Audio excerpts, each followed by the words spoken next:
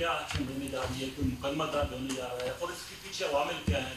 देखिए, ये जैसे कि अहसन इकबाल साहब ने भी कहा है, मैंने भी अर्ज़ किया है कि ये हर शख्स जो है अपनी सियासी दुकान जो है ना वो मज़हब को इस्तेमाल करके दुकानदारी जो है चमकाना चाहता है। इसकी इजाज़त नहीं दी जाएगी। कानून और कायदे में सारी चीज़ें दर्ज हैं कि इस किस्म की धमकियाँ देने कि फ़लाँ जो है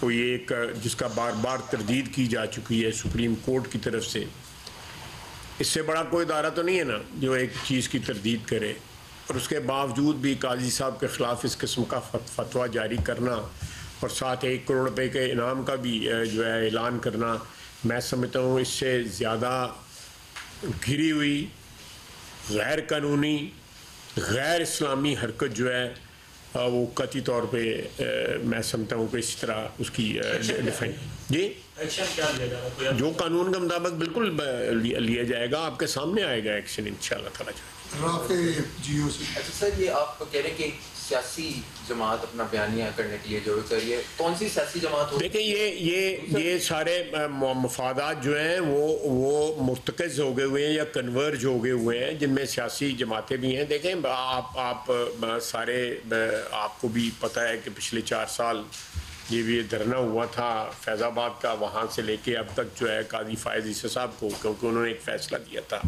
उनको टारगेट किया जा रहा है और फ़ैसला कानूनी था, आइनी था, उसमें कोई इबहाम नहीं था। और उस फैसले को लेके फिर उसके बाद जो है उसके बाद की गवर्नमेंट ने टारगेट किया काजी साहब को, ना सिर्फ काजी साहब को बल्कि उनके अहले खाना को टारगेट किया। उस पर रेफरेंस दायर हुआ, फिर रेफरेंस में पछतावा भी जो है आपका रिकॉर्ड का हिस्सा है। ये चीज़ें जो है कोई मैं अपनी तरफ से नहीं, ये आप लोगों ने ही सारी जो है ये नैरेटिव जो है प्रेस में दिया हुआ है। आज उन्हीं काजी साहब को जब कोई जो है हर मरहले से वो गुजर चुके हैं और सुप्रीम कोर्ट जो है वजाहत कर चुका है, कोई ऐसी बात नहीं है। एक चीज़ जो है मैं समझता हूँ एक झूठ के ऊपर उसकी बुनियाद टोटली 100% है, उसको बिल्टअप करके उनके ख़िलाफ़ इस किस्म का फतवा देना, मैं समझता हूँ कि रियासत को जो है अपनी भरपूर तरीके से इसका रिएक्शन आना चाहिए और आएगा।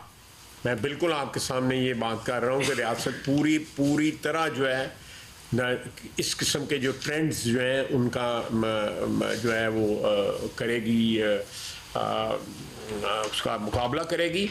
और जिस तरह सोशल मीडिया के ऊपर काजी साहब के ख़िलाफ़ जिस तरह कैंपेन चलाई जाती है, आप इस मुल्क के अंदर जो है आपकी मर्ज़ी का कोई फ़ैसला दे दे तो आप उनके जिंदाबाद के नारे लगाते हैं, आपकी मर्ज़ी का फ़ैसला दे उनको सोशल मीडिया पे गालियाँ देते हैं। ये ट्रेंड ख़त्म होगा। ये the country can not afford it. ये मेरी और आपकी जंग नहीं, ये मुल्क की जंग है। अगर आपने अपने मुल्क को इस तरह चलाना है तो ये मुल्क जो है खुदा न खास्ता इसका